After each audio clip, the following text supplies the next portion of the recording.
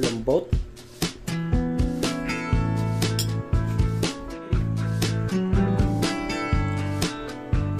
Sarap!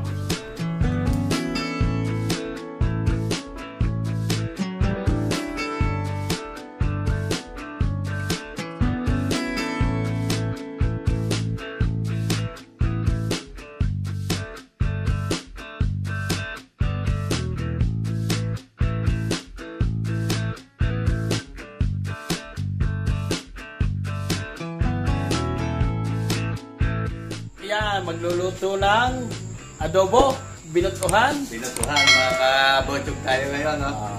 Tatlong tayo kilo. na pagluluto ng binutuhan. 3 kilo yan, kuya Jay, ano? 3 kilo. Kaya kuya Empoy, 3 kilo. Okay lang. Mabilis pala. Ma-marinate po muna natin ang ating karne. At sisimulan na po natin, lagyan po natin ng paminta or black pepper. Lagyan din po natin ng toyo.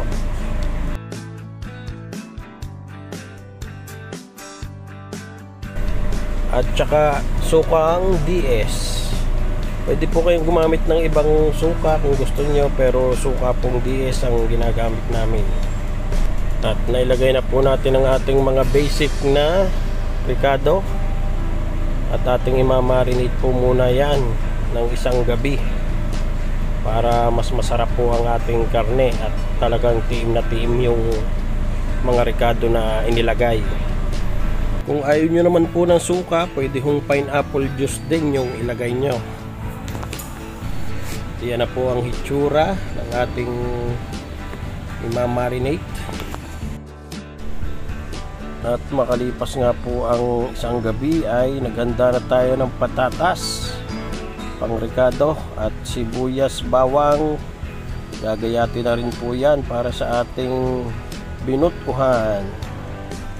At star margarine, yan ang ating gagamitin. At saka liver spread, tomato sauce.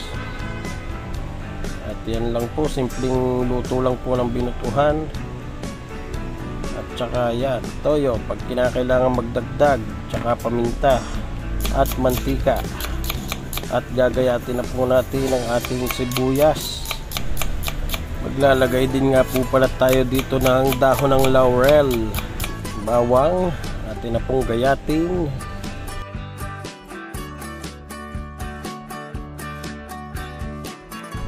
At ayan na ang ating minarinate kagabi. Tiim na po ang ating inilagay ng mga sangkap.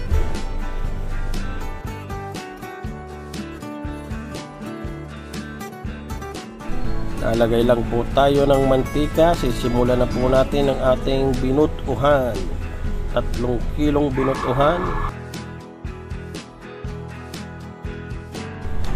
Maglalagay din po tayo ng star margarine.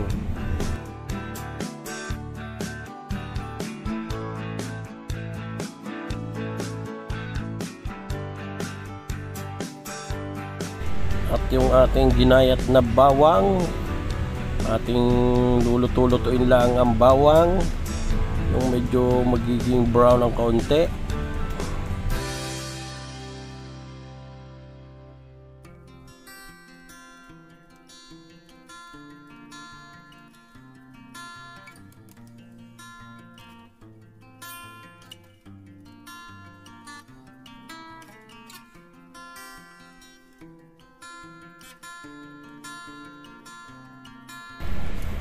At yan, pwede na tayo maglagay ng sibuyas.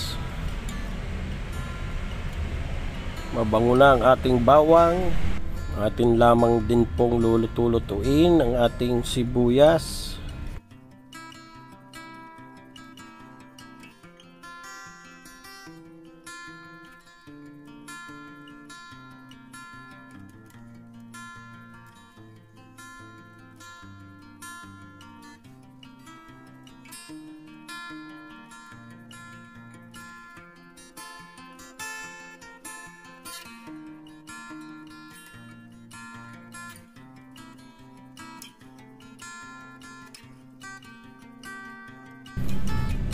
Ayan, okay na po ang ating sibuyas bawang. Pwede na po nating ibuhos ang ating iminarinate kagabi na binutuhan. Yan, at atin lamang pong hahalu-haluin. Ito po ay magsasabaw ng kanya hanggang sa lumambot. Pero kung kinakailangan pong magdagdag ng tubig ay magdadagdag po tayo hanggat hindi nalambot. Lagi po nating bibisitahin para po hindi tayo makanusan o masunugan. Yan, at atin na po yang tatakpan. At yan, bisitahin po uli natin. Yan, kita nyo naman po at nagtubig na. Yun lang po nga haluin at baka po masunog ang ilalim, maglalasang sunog. Takip po ulit. At i-check po ulit natin. Haluin po natin yan. Medyo kakaunti na po ang sabaw, kaya po kailangan na po natin magbanto ng tubig. Matigas pa po ang karne. Babantawan po natin yan hanggat hindi nalambot ang karne. Lalagay muna po tayo ng laurel, 5 pirasong dahon ng laurel para sa aroma ang ating binutuhan, at ilalagay na po natin ang tubig. Babantuan po natin. Tapos po ay atin na uli yang tatakpan hanggang sa lumambot na ang ating karne.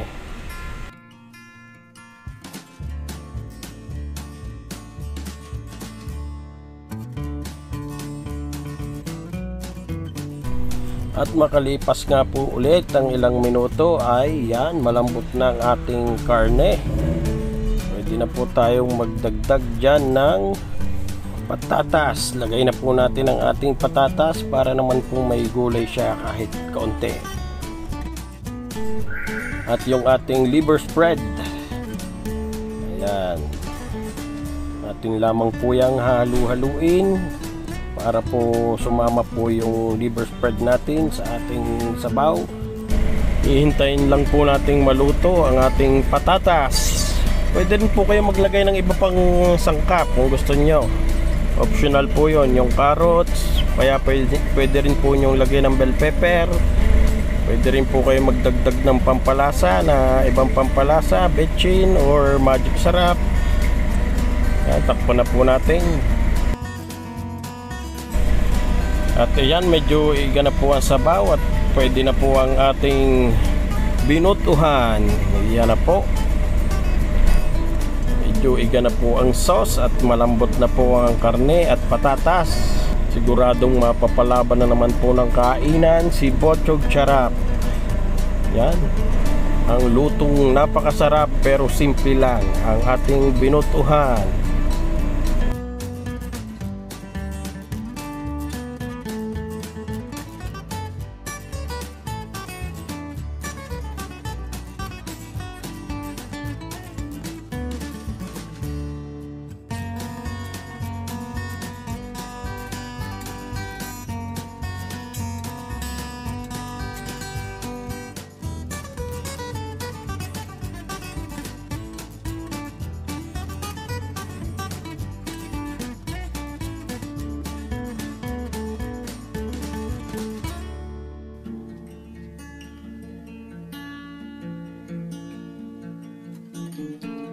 Mga bayan, bang titikman na natin.